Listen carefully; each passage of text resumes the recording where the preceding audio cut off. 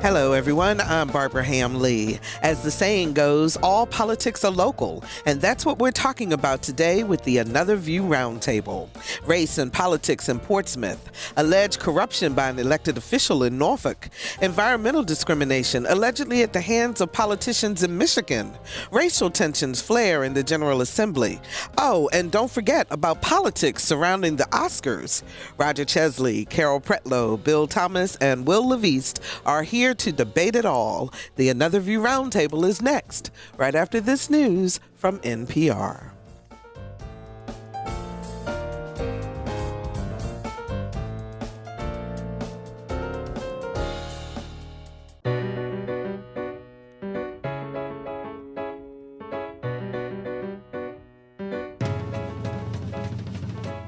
Discussing today's topics from an African-American perspective, this is Another View.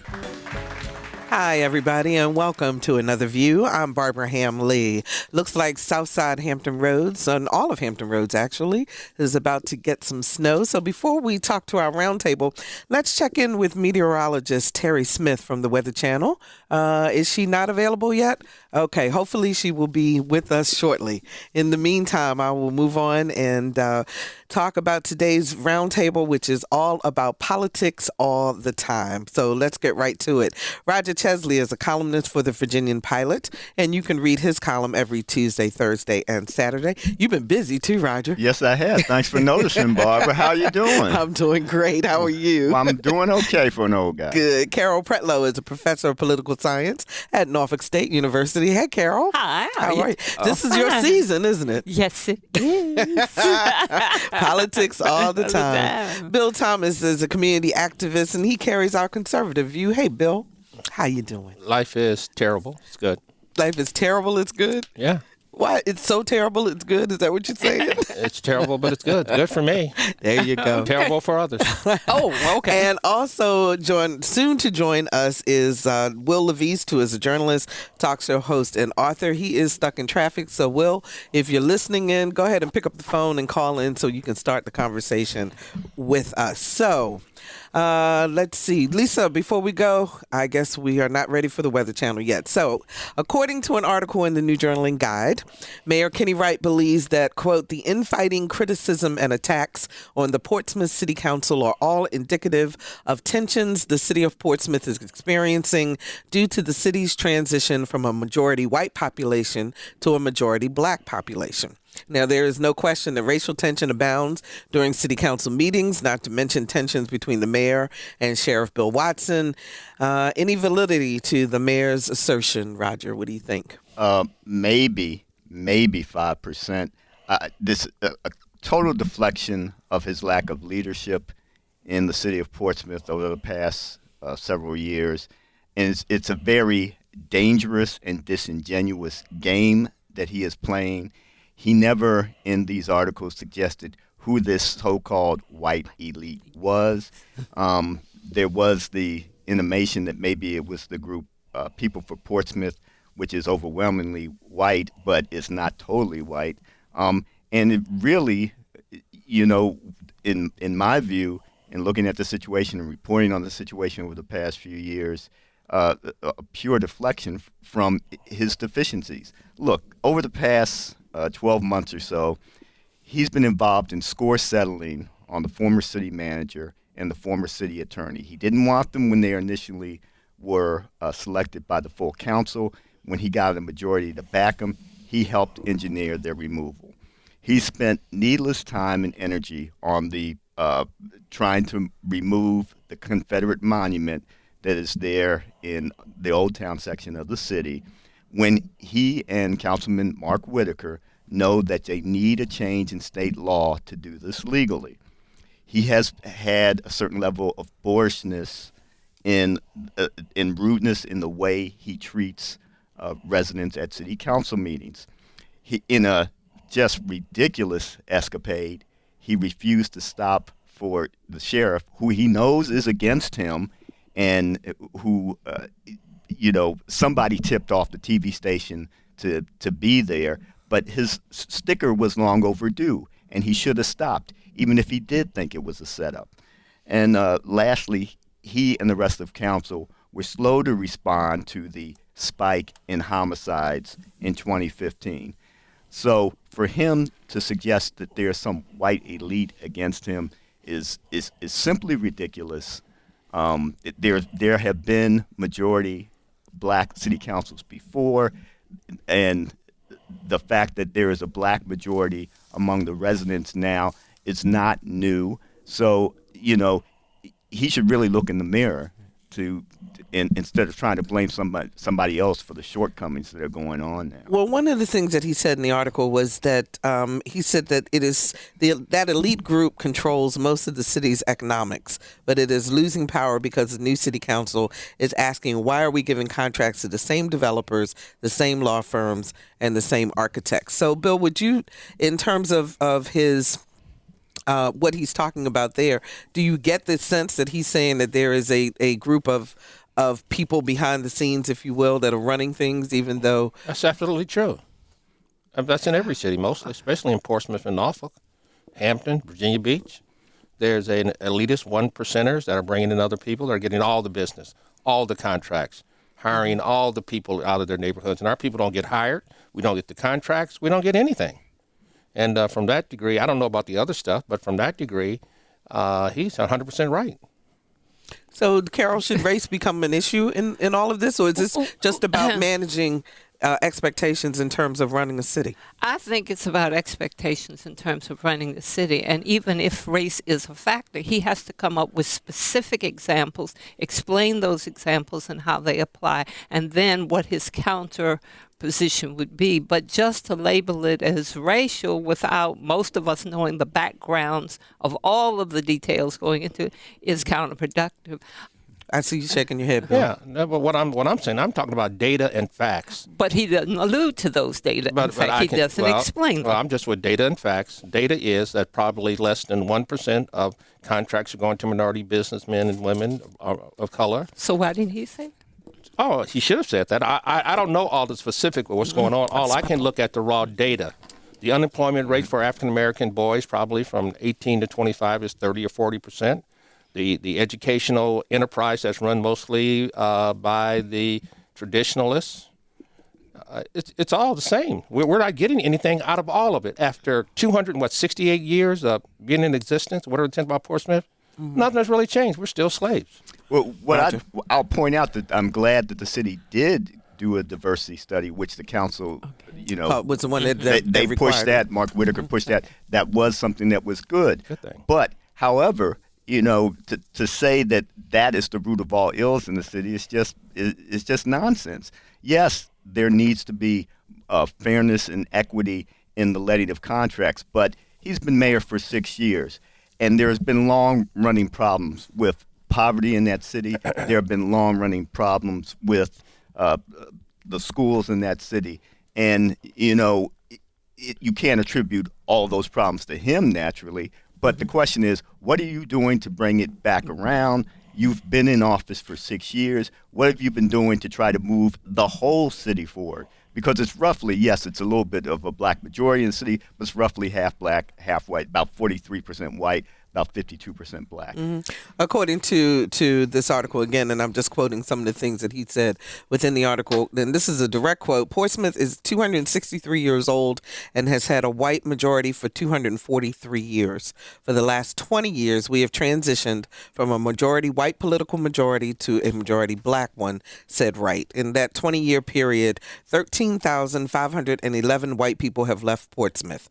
Our current makeup is 54% black, 42% white. And we also have a new generation of public servants who are more concerned with the needs of the people and economics of the city, although the economics is still controlled by that 1%. Yeah, but people move out of a city because they don't feel like they're getting enough in that city to keep them there. Either they feel like they're not getting the services, the job opportunities are bad. If they have children, the school division is not meeting those needs. So that, as much as anything else, is causing some of that white flight. And yes, there are whites who may not want to deal with a black majority on council. But it's not the first time there's been a black majority on council. Well, there's also an election also, right? These folks were elected. So, Will, first of all, welcome, Will. We're so glad you made to join us. I'm so glad I finally made it too. That's fantastic. But, Will, when you look at a situation such as tolls, as an example, which clearly has had an economic impact on the city of Portsmouth, but yet you see in the media things like the whole idea behind the removal of the Confederate statue, or the whole thing between the mayor and the sheriff and so forth. Is that really deflecting from what the real issues are in Portsmouth?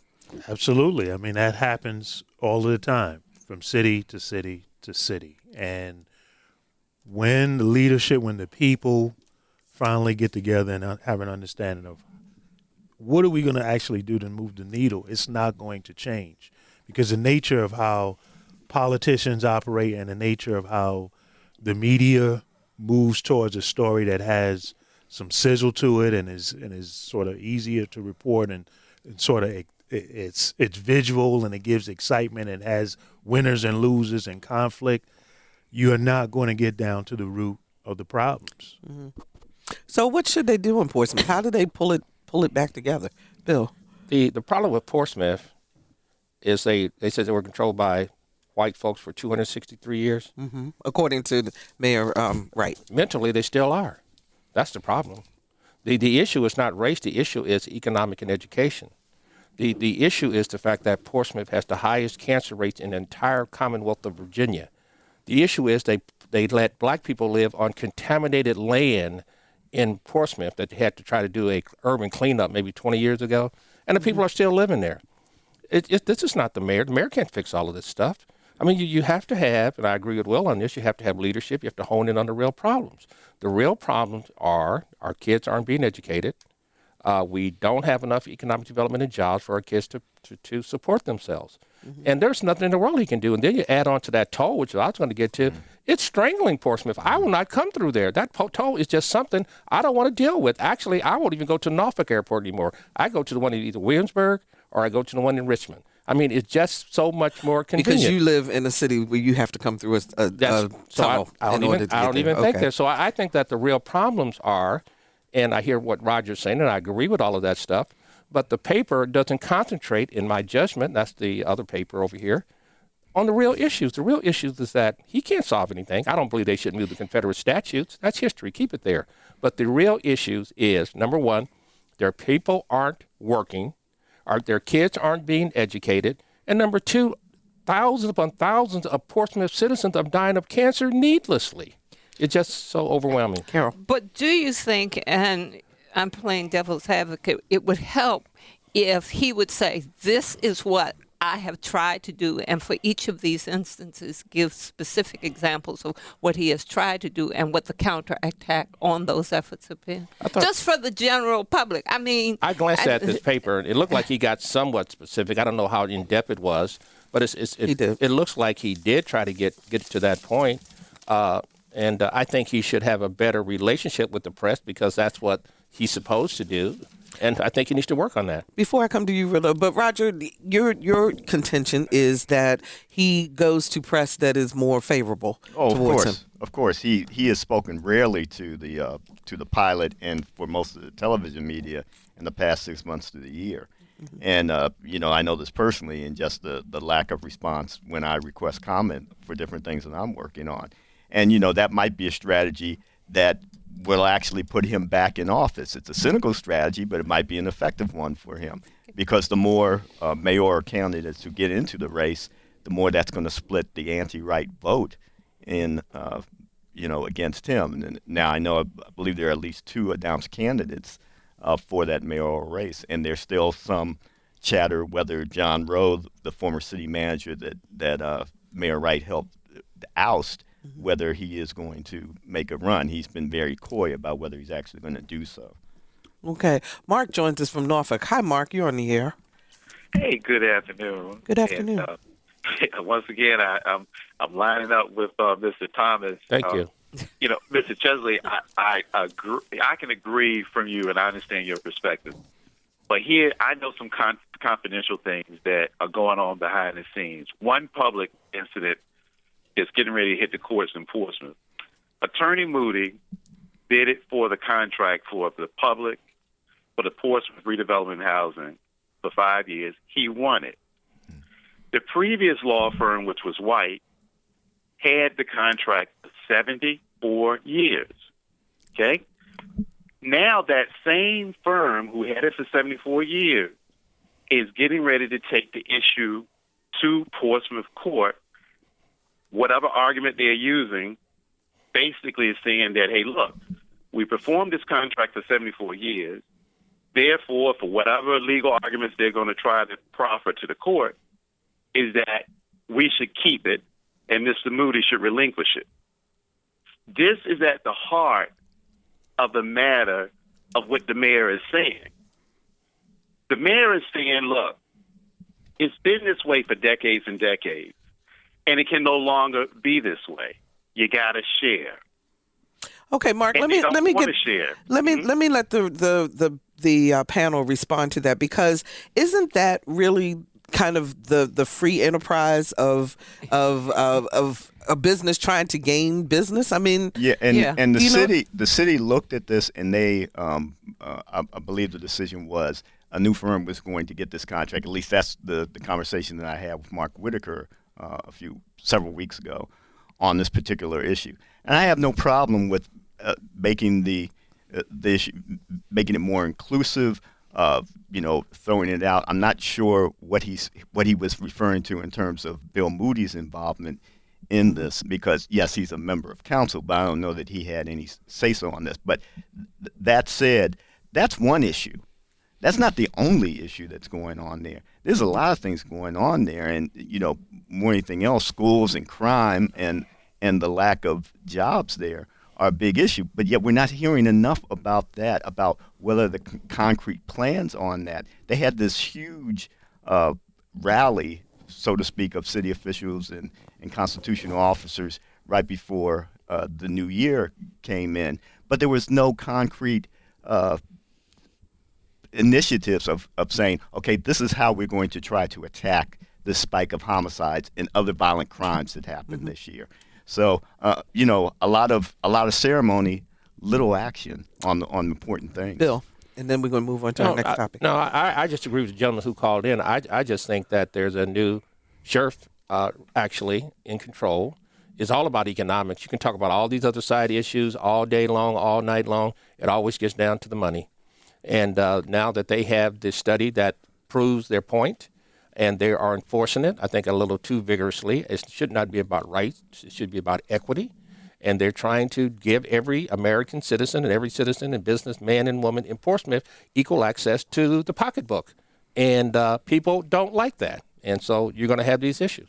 Well, yeah, I did want to add that one of the things that makes this complex is that race and class always is in the mix of an issue that comes down to economics. And so it's both racial and it's also class, because once a group of people, we've covered city councils, and we know how these things work and how people of a certain group on a council, and then there's ego, and then there's power, and there's influence, and then a lot of it breaks down into race and class, and that goes to why the real heart of the issues don't get addressed. Right. Because it doesn't affect my social class, or it doesn't affect my race, or it doesn't affect me. And I'm here making a little bit of money to be on city council, but I've got a whole lot of influence that is getting me a whole lot of other money in a different way.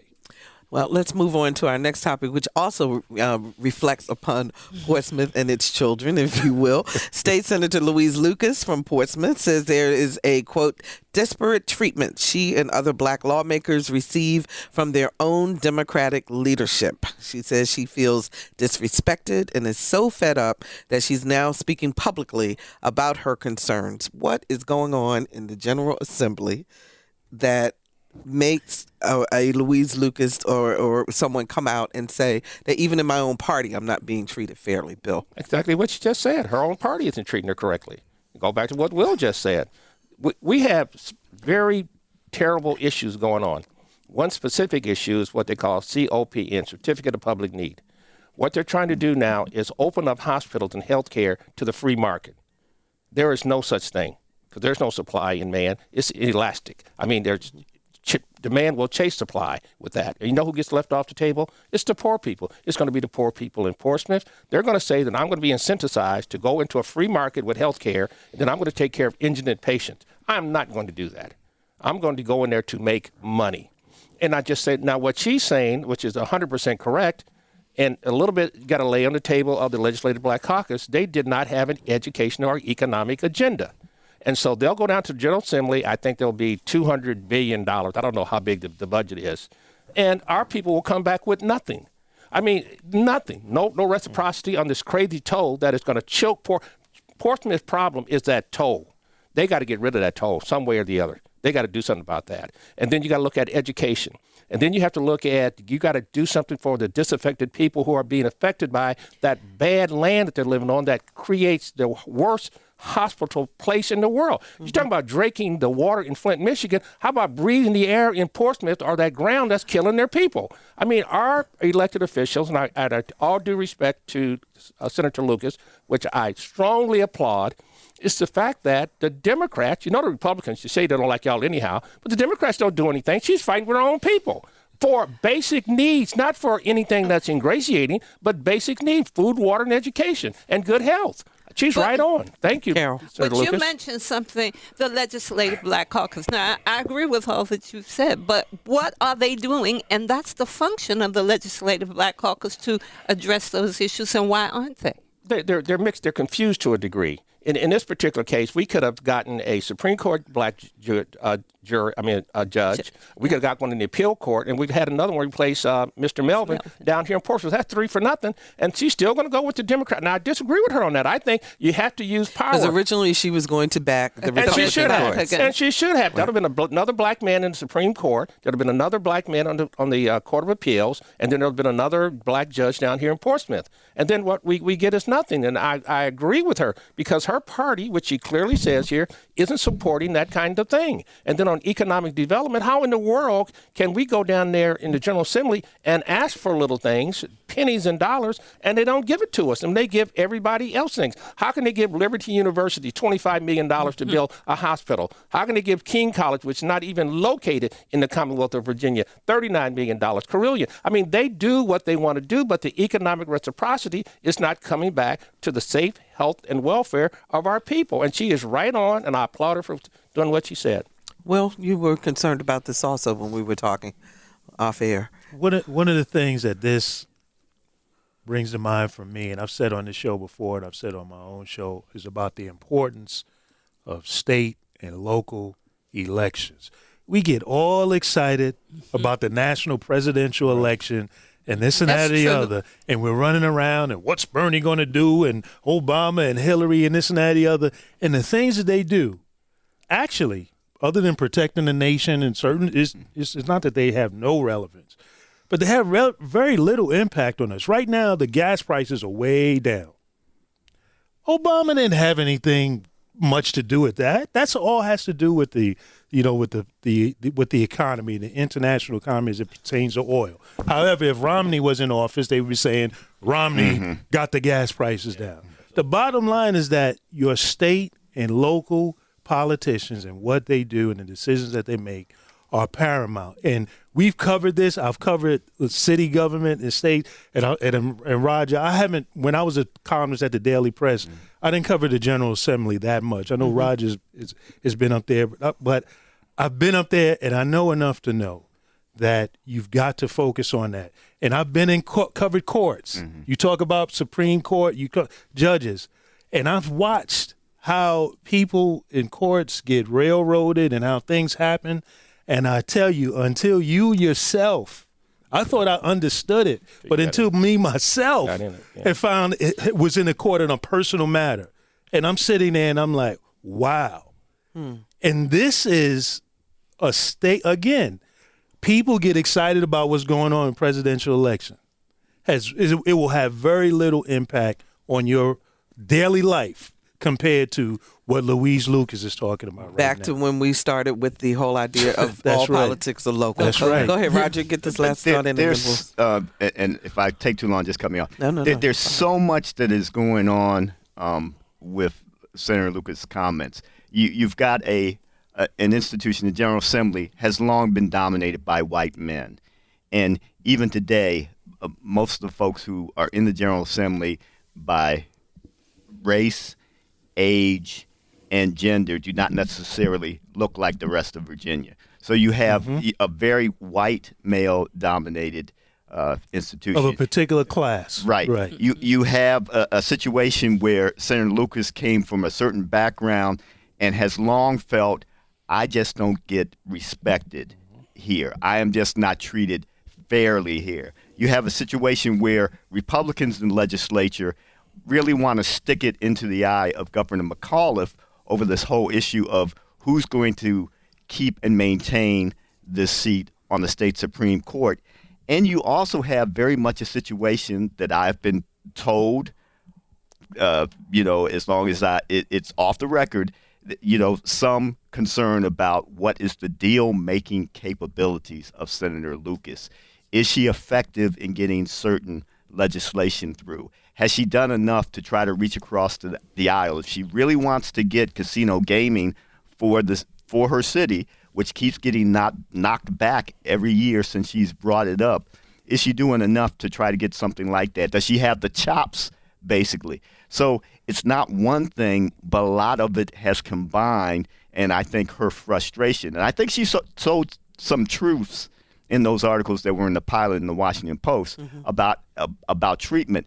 But it's a lot that's going on there that it's not necessarily one thing that has led to this. Okay, so I want to come back to this in just a minute, but we do have to take a slight break. If you're just joining us, we are talking with the Another View Roundtable. Roger Chesley with the Virginian-Pilot, Carol Pretlow with Norfolk State University, community activist Bill Thomas, and journalist, author, and talk show host Wil LaVeist. We tried to talk with the Weather Channel a little bit earlier in the show, and I think we have meteorologist Terry Smith with us now. Hi, Terry. Yes, Hi. Good morning. How are you? Very good. How are you, Barbara? Good. I'm doing fine. Just want to get a quick update on what we can expect with the snow this afternoon. The people, especially in Southampton Roads, are kind of excited about this, I think. Yeah, I'm sure it brings mixed feelings for some because it can be a little bit of an inconvenience. But the good thing is whatever we have going on today is going to be brief, at least in terms of anything falling from the clouds. That area of low pressure that's going to be responsible for bringing us the snow is just starting to strengthen and get itself organized down to the south of us off the South Carolina coast. We're just beginning to see some of the moisture working its way into southeast Virginia. As we go through the day, I think we'll see some light snow for the afternoon, and it'll vary quite a bit, in terms of the amount. There'll be some people who just perhaps get a dusting. There may be some heavier amounts, especially the closer to the North Carolina border you get, the further south you get. Mm-hmm. I think in general, 1 inch is a good estimate. There may be some places that pick up as much as 2 inches.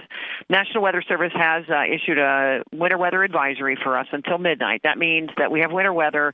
That means that, driving around could be tricky or problematic for part of the afternoon, but it is temporary. The main thing is whatever does fall today and this evening is going to stay with us just because we stay below freezing. Mm-hmm. We will get the sun tomorrow. We're still below freezing tomorrow, but, in areas that get exposed to the sun where the snow has fallen and it sees that sun, we'll see some of that evaporate. But it just stays cold through the weekend. Thankfully, it stays dry. So I think whatever problems you might have tomorrow will be temporary and not long-lasting. Okay. Do you think there's any chance of that freeze over with today's snow? Do you know how, like what happened in Washington a couple of weeks ago where it was so cold and the moisture just got on the ground? Yeah, well, what happened up in Washington was they got like 2 feet of snow. Well, yeah. So that really stayed around. I was really referring more to the couple of days before the blizzard actually happened. And they had that glass over. Right, where they had some of the patchy ice. It certainly is possible that there will be some icy patches. I don't think that it really depends on how much snow falls today and stays around. The air's fairly dry, and so a lot of times the snow might fall and make its way to the ground but it'll evaporate on its own just because the air is very dry until we get to the point where it's a little bit more humid. Or saturated is the term we meteorologists use. That snow isn't going to be long-lived. Okay. We will see a light accumulation. You will need to be a little extra careful. I would tomorrow morning if you're heading out early for anything, or if you can wait, just wait. Everything that stays around, though, is going to stay frozen. Anything that does hang around will stay frozen because we're below freezing all weekend. Got you. Okay, that is meteorologist Terry Smith with the Weather Channel. Thank you so much for joining us, and stay safe out there. Is she Thanks single? so much. You too. I don't know, Bill, if she's single. Oh, man, it's going to be a cold weekend. I will have. This is not a matchmaking service for you, Bill Thomas. You know, Bill Thomas, I will have the producer check it out. How about check that out myself. So back to our discussion about what's happening in the General Assembly, and particularly with the concerns that Senator Louise Lucas has raised. Is this a Louise Lucas frustration, or is this more of a Black Caucus frustration? In other words, are other African American legislators feeling the same kind of pressure, Roger? I think if they were truthful about it, they would tell you the same thing, because there was something that she said in the articles that rang very true to me, and one was they basically want our vote on certain things, but on certain issues that we're backing, we don't see the same support. Absolutely. And I think if you know, I haven't talked necessarily to a lot of legislators about this, but I think there's that understanding that they don't necessarily feel like they're getting the same push on those issues that they feel like impact African Americans as well. And this is mostly from Democrats, I think, since there are no Black Republicans, as far as I know, in the legislature right now. Okay. Norfolk City Treasurer Anthony Burford pleaded not guilty to charges he accepted almost $500,000 in kickbacks while serving on city council. There's an effort underfoot to remove him from his position as treasurer. Burford said he is not stepping down. Will, what do you think about all of this? That's the only thing I can ask you is, what do you think about this? I live in Virginia Beach. I don't live in Norfolk.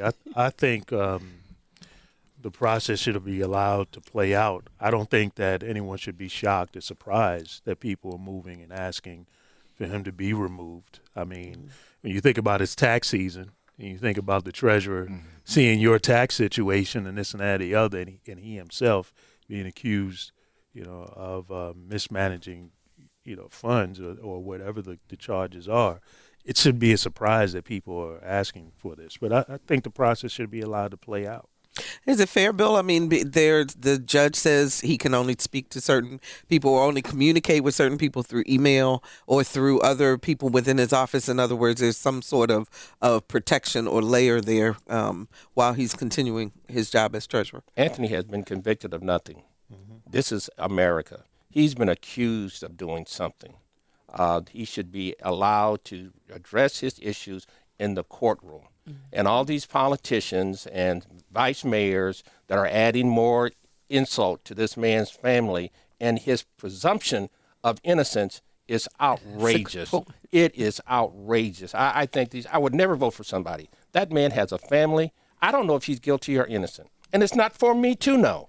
We have a court, we have judges, we have jurors. They're just poisoning the juror pool. I don't see how this man can ever get a fair trial in Norfolk.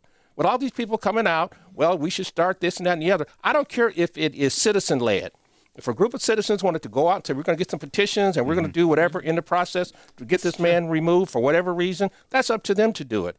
But for people that are in elected positions to push this out there, oh, well, that isn't what he said in the paper and this and that and the other, is horrible. It's horrible. And the other part, and it always gets racial to me, when another city person of the same view or even higher levels, we don't hear these people say anything about them. Now, let the man have his day. He's got a nice family. His family is hurt. He's hurt. The only thing I want to know, and I don't know the man very well at all, maybe met him once or once, I'm going to pray for him and his family on the hope that he'll get a fair trial. Carol, is there such a thing as guilty until proven innocent in this country? I wish that I could say that, because I think that the whole purpose of a trial is to look at the evidence, not just he said, she said, they said, but let's look at the evidence. But I hate to say that I don't think there's such a thing as a fair trial in the United States, for the most part. There might be some exceptions, but I don't think so, because we have the press covering a lot, and people base their opinions on what they read or what they hear on TV. They aren't going to the courtroom and hearing the evidence. So, Roger. Well, first of all, the pilot posted the indictment online. If you get a chance, you should read that. Some of the offenses in there are ghastly. Now, of course, it's only one side of the story. It's merely an indictment. It is not a conviction. Having said that, I wrote a column a few weeks ago urging the treasurer, Mr. Burfoot, to take a leave of absence with pay, because obviously he's involved in the receipt of money from Norfolk residents. And these charges against him, while he was necessarily the treasurer, involved his time while, it was during the time when he was either vice mayor or councilman or a deputy treasurer. And it involves money. It involves the alleged kickbacks and alleged bribes and money. So I think the right thing to do would be for him to take a leave of absence to help with the public trust. And I think that would be a step that makes sense. It's unfortunate that this recall process has come about, though, because that could muddy the whole waters of the federal trial. So your argument is because he has to deal with money and because he's accused of taking money. That's the reason behind it. There's going to be there's going to be a legitimate concern about whether the money that is being sent to the treasurer's office is being messed around with. And I don't think that's an unreasonable concern for Norfolk residents to have. Well, yeah, I think there's something to be said for the appearance of a problem, the appearance of impropriety, and that's why, like in journalism, we do not. You can't go out with a politician and pay for their lunch or have your lunch paid for. It's the appearance of something is not on the up and up, and so I agree with Roger on that. I think to take a leave with pay, this way his family is not being impacted and all of that, and is also his employees are also being impacted as well. The entire office is being impacted. So as long as he's not penalized financially, and if he's out of the pathway of that, then you can let the process go forward. And because again, these recalls, these things are also part of our process. People also have a right to do that. It may not be the right thing to do, but that's part of our process. Well, last word. I'm saying the people do have a right. Roger had a right to express his opinion, and that's good. That's all good. And said, all I'm saying is we've had governors, we've had presidents accused of worse. They served out their doggone service to the country, to the state. In Louisiana, I don't know what they told Nixon had done, all kinds of things and everything else. So all we need to do is give the man a free opportunity to get a good trial and stop all of the slanderous stuff, especially by elected officials or people who want to run for mayor and want to do this and that and the other. I think it is outrageous. The man is innocent. He hasn't been convicted of nothing today. And despite the charges, I am somewhat concerned about the recall effort because he was elected by the full city. Now, if you get 10% of 10% of the voters to give valid signatures for this petition, that can throw it into court, and that is a little bit troublesome because you can really have a small minority, basically, possibly overturn the election, whether or not you agree whether he's should be in the job or not. You have a very small minority who can overturn what the whole city had a chance to vote for. Okay, the link between low-income black communities and environmental racism is front and center in Flint, Michigan, beginning in April 2014 when government officials, in an effort to save money, chose to switch water access from Lake Huron to the polluted Flint River. Almost immediately, residents complained of funny tasting and colored water, hair loss, rashes, but were constantly told that the water is fine. Is this racism or classism or both, Will? Hey, that's the theme you got going on this show. Would it ever happen in Arlington, Virginia? Would it ever happen in Alexandria, Virginia? The fair? I mean, please. No way. No way that happens. It wouldn't happen in Prince George's County, Maryland either, I don't think. No. So.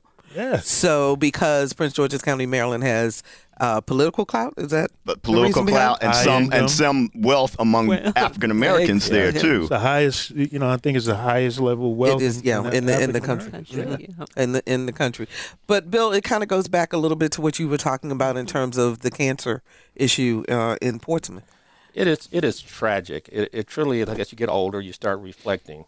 It's tragic that Roger, Will, and I have a 70% chance of getting prostate cancer than a white man. It's tragic that even black women who have lower incidence of diagnostics of breast cancer die much quicker and longer and shorter than white women. In the environment and our elected officials and how we have betrayed our communities, it's so sad. This just didn't happen. This has been going on forever with this water. They never upgraded the pipes. They never upgraded anything. It was just so sad. But nobody's calling out that national emergency. I mean, it's so tragic. Some of the people in Portsmouth, and I just went back to look through the papers, they're living on contaminated land because they tore down all the projects and tried to move it. That's why I believe, I'm not a scientist, that they have these higher incidence of cancer.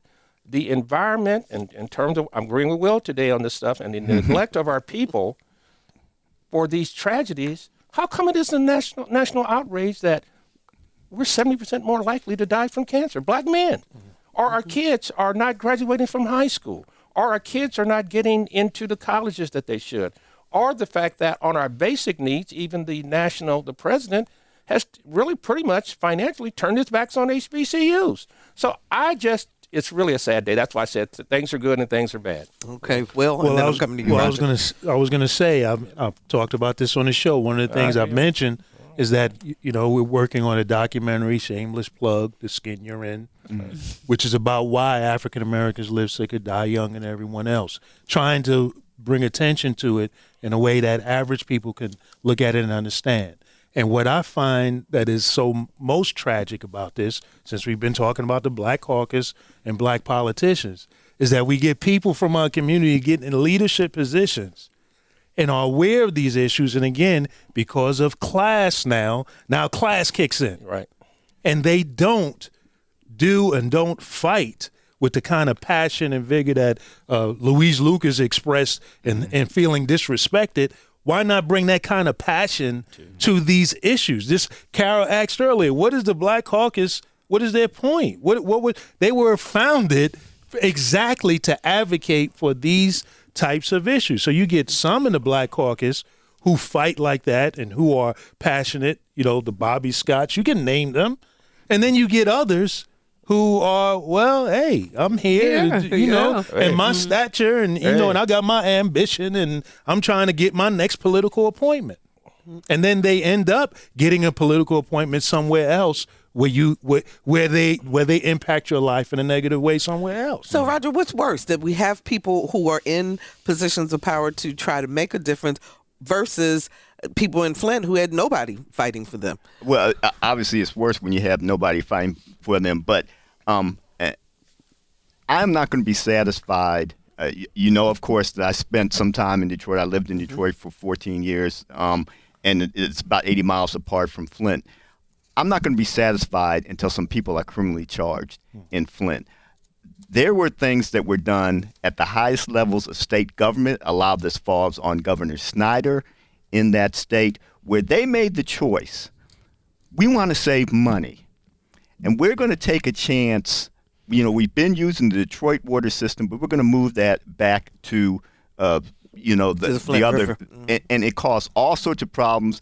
There have been indications that keep coming out now. There's so much attention. There wasn't enough attention up until a few months ago about what's going on with the children in that city. Yes, there are a lot of black people in that city, but there are a lot of poor whites in that city again. And I don't think you would have found this happening in a majority middle-class city.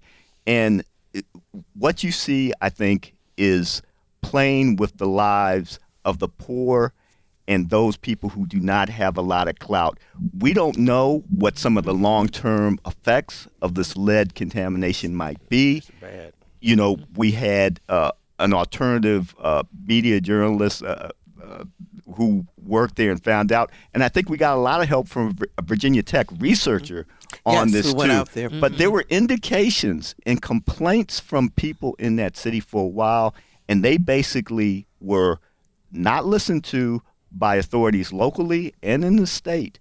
And if you ask me, a lot of that is criminal, and there could be some long-term effects for decades from some of the children who have been affected by this. Carol. Do you think, Roger, that if the federal government got involved and said, based on the situation in this state, we are going to conduct an investigation, do you think that would? I think it would help, but I think there is enough information out there now that suggests there were people that were thinking more about finances than health. And that if the government is not going to be concerned about health and safety and defense, my goodness.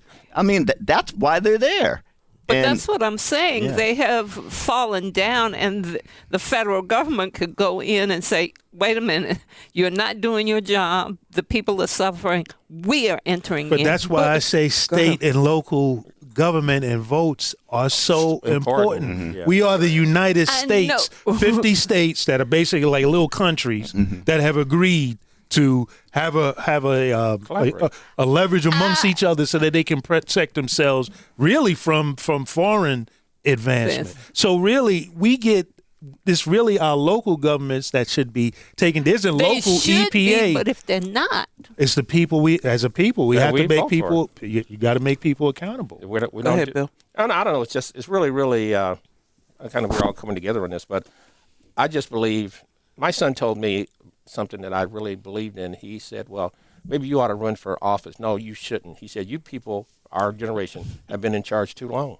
Mm-hmm. And we're just not really focusing on the safe, healthy, and welfare of everybody engaged in it. Because race is still there, but it's not so important. It's that the thing that disappoints me so much is that even 20 years ago, when all of the elected officials were against charter schools and other schools, the black ones, they were all sending their kids to private schools. And so again, it comes back to the classism. So it gets right back to class. It gets right back to where the kids that don't have, are black or white, see black or white who do have. There's a resentment and there's a split, there's a splendor. But this issue of water, the issue of these diseases that we have that are curable, that are fixable, the issue of the certificate of public need. Now, see, that's going to dump on people. Write that down. If they pass this free market health care and hospitalization, folks won't have no place to go to get service at a hospital. The hospital can't do it anymore.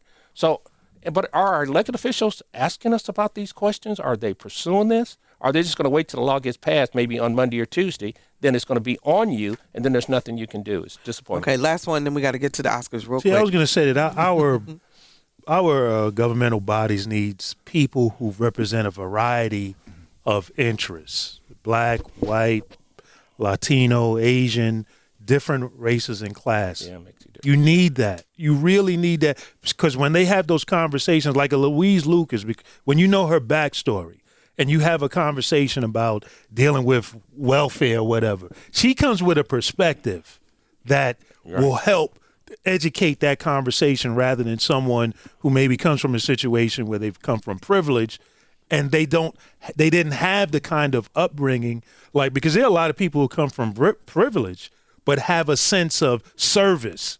You need them in office too, but you don't need someone who comes from a background of privilege and doesn't have this sense of service and doesn't really care, and they are dominating the policies. You need a variety. But when you have a system where money dictates whether or not you can even run I mean, that's how our system is set up. That's problematic. That's why we've got to vote and break that down. That's why. Okay, so the producer is going to kill me if we do not get to these Oscars. So here, and we got about four 4 minutes left. The Oscars? For the second year in a row, no actors of colors I'm were not nominated for an Oscar. And amid much criticism, the Academy of Motion Picture Arts and Sciences said it will make radical changes to its voting requirements, recruiting process, and governing structure, and will aim to increase diversity in its membership. Now, according to Cheryl Boone Isaacs, who is president of the Academy and an African-American woman, quote, the Academy is going to lead and not wait for the industry to catch up. Why in 2016 are we still dealing with this inequality? Same reason.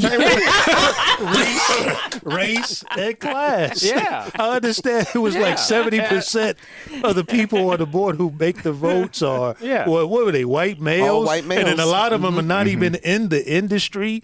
They see a movie come along the way, Straight Outta Compton, they're like, straight out of what? What is this? And then the other thing is what gets green-lighted. Yeah. When they're making these decisions on what movies get done, a lot of the movies that deal with diverse issues, people of color, they're not getting those kinds of billion-dollar budgets that lead to a great production of of high quality that would rise it up to the level of receiving an Academy Award. So it's just rigged again, based on race and class. That's you're always going to see that going on in America. If you get a chance, take a look at a January 29th article by Esther Brieger in the New Republic.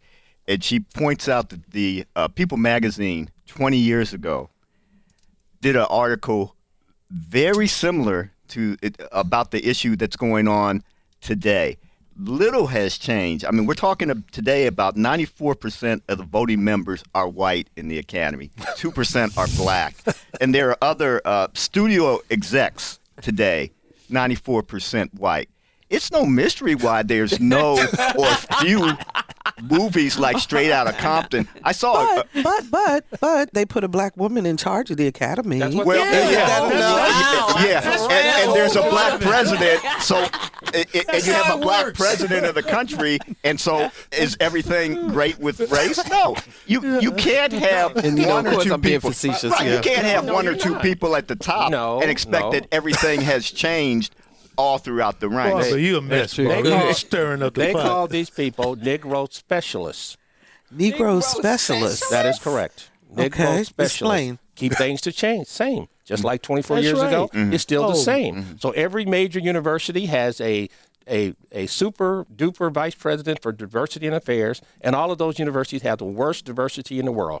And they have a black person, black man or woman, in charge, and we call them Negro specialists. They're going to specialize on keeping things the same. And some of the presidents, they call them assistants to the president of these universities and all of these organizations, Negro specialists. Keep it the same. And then community organizations give them awards. They give them awards. They get all the awards because, they can buy a table. That's just terrible. You guys are bad. Oh, my goodness. But and I was being a little facetious, but the point being that just putting someone in a position does not mean necessarily things are going to change. You guys, we are out of time. Roger, you get one last 10 seconds. I think it's going to be interesting to see what Chris Rock, the host of the Academies, is going to say, and that's one of the few reasons I might watch the awards. Okay, thank you. So, Roundtable, we'll see you next month, and thank you so much for joining us today. If you want to hear the show again or share it with a friend, please visit anotherviewradio.org and download the podcast. Coming up next week on Another View, we'll take 3 African-American entrepreneurs who will share their business acumen and their secrets to success. Our theme music was composed and performed by Jay Sennett. Lisa Godley is our show producer. Victor Bowen is our audio engineer, and Kamaria Mason answered our phones. I'm Barbara Ham Lee. Show someone some positive love this Valentine's weekend, and then let's get together again next Friday at noon for Another View.